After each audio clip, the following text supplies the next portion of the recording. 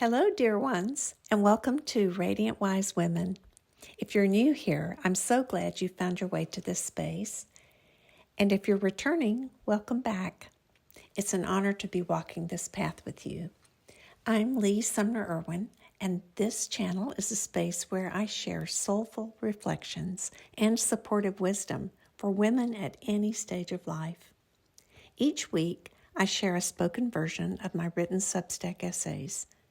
In these essays, I touch on women's health and wellness, spirituality, the healing power of nature, embodied eldership, and everything in between. If anything in this resonates with you, I invite you to like this video, subscribe to the channel, and share it with those you love. These small and simple actions help this work reach the women who need it most. And if you'd like to receive my writings directly to your inbox, you can subscribe over on Substack at radiantwisewomen.substack.com, which I've linked in the description below. The essay I'm reading for you today is called, "What Will I Say When My Grandchild Asks?" It's about this time, the chaos we're living through, and pondering the question, what can one woman do? There's something deeply humbling about being at the mercy of Mother Nature. In the early stages of our relationship, my husband invited me to be part of his sailing team as a way to warmly welcome me into his world. Having been sailing since he was 13 years old, he was already an experienced seaman by the time we first met and had many trophies to show for it from various races he'd won with his Flying Scot dinghy. Swept up in the joy of our blossoming relationship, I was thrilled to be invited. But at that time, I had only been on a sailboat once in my life. Suffice it to say, those early days on the open water were eventful.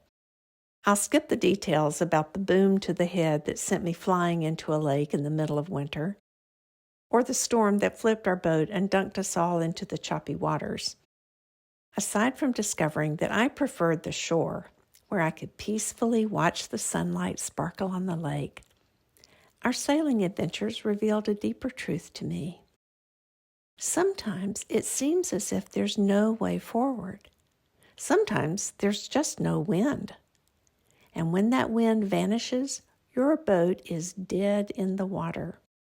Those are the moments when all you can do is wait, watching the water and the tiny red telltale at the top of the jib sail for the slightest sign of movement. I learned that when the string begins to flutter, you must check to see if the wind has shifted to the side of the boat or behind it. You then adjust the sail to the new direction. If the sail is flapping, you pull it toward you until it catches air and billows with the breeze.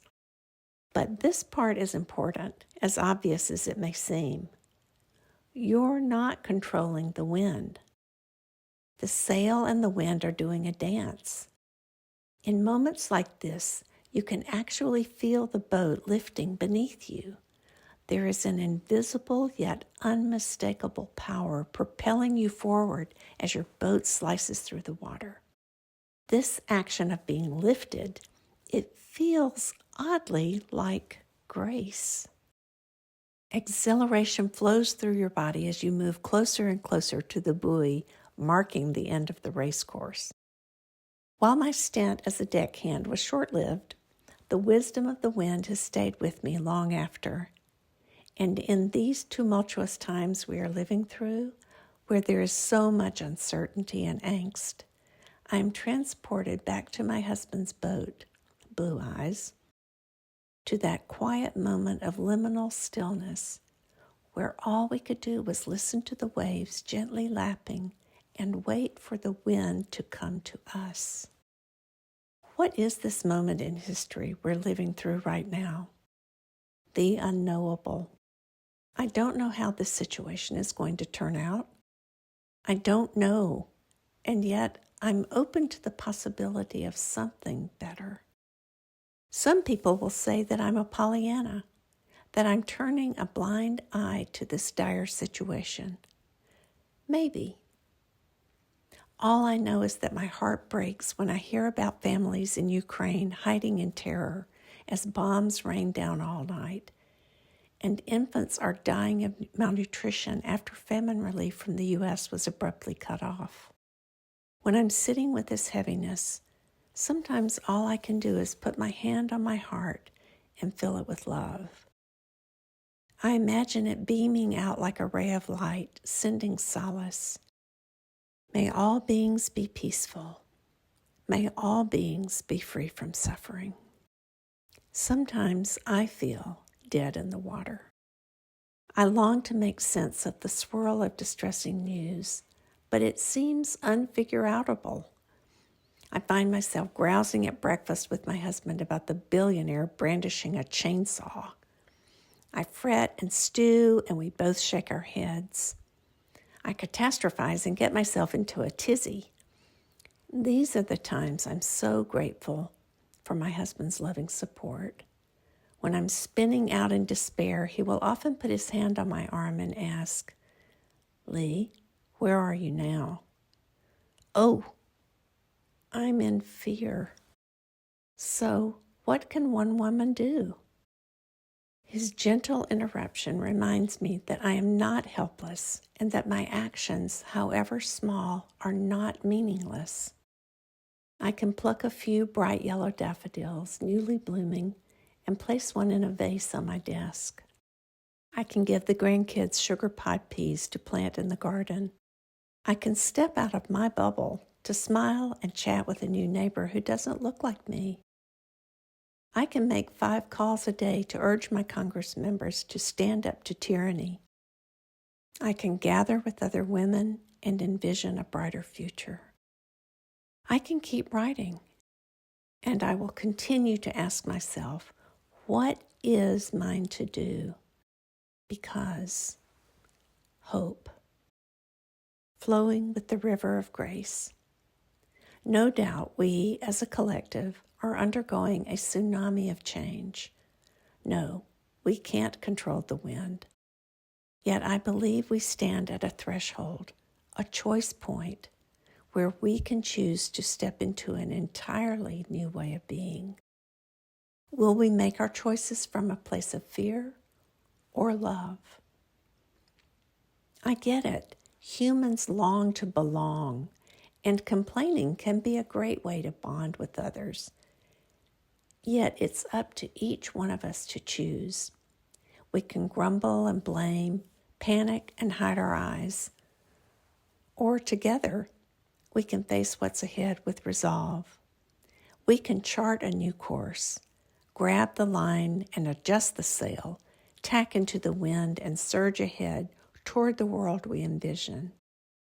What if we choose to live as if we are being called to step into our power and to shape the reality of tomorrow as we imagine it? Stepping into our power can look many different ways. Maybe it's standing up at a town hall meeting to ask a provocative question. It could be elders marching in the street to demand a better world for the young ones. Perhaps it's the simple action of stopping to watch the sunset paint the sky in liquid gold. I often wonder what I will tell my grandchildren when they're older about this time in history. What will I say when they ask, "What did you do, Mimi, when people were bitterly divided, the Constitution was being ignored, and the president claimed to be a king?" Within many indigenous cultures, the women led the tribe. They made every decision by first asking, "Does this preserve life?" Together, they held the vision of the world they wanted for 7 generations beyond their life. We humans have an astounding capacity to visualize and imagine what comes next. In this moment, I believe that by telling the story of the future we envision, we have the power to create that reality and leave a legacy that honors all living things and the children yet to be born. I recently wrote this quote from Hopi elder Chief White Eagle and put it on my refrigerator to remind me. Stay calm, Pray daily. Make it a habit to encounter the sacred every day. Show resistance through art, joy, trust, and love. And I say, show me the way. Help me surrender and be guided to the next right action. In service of truth and love, Lee.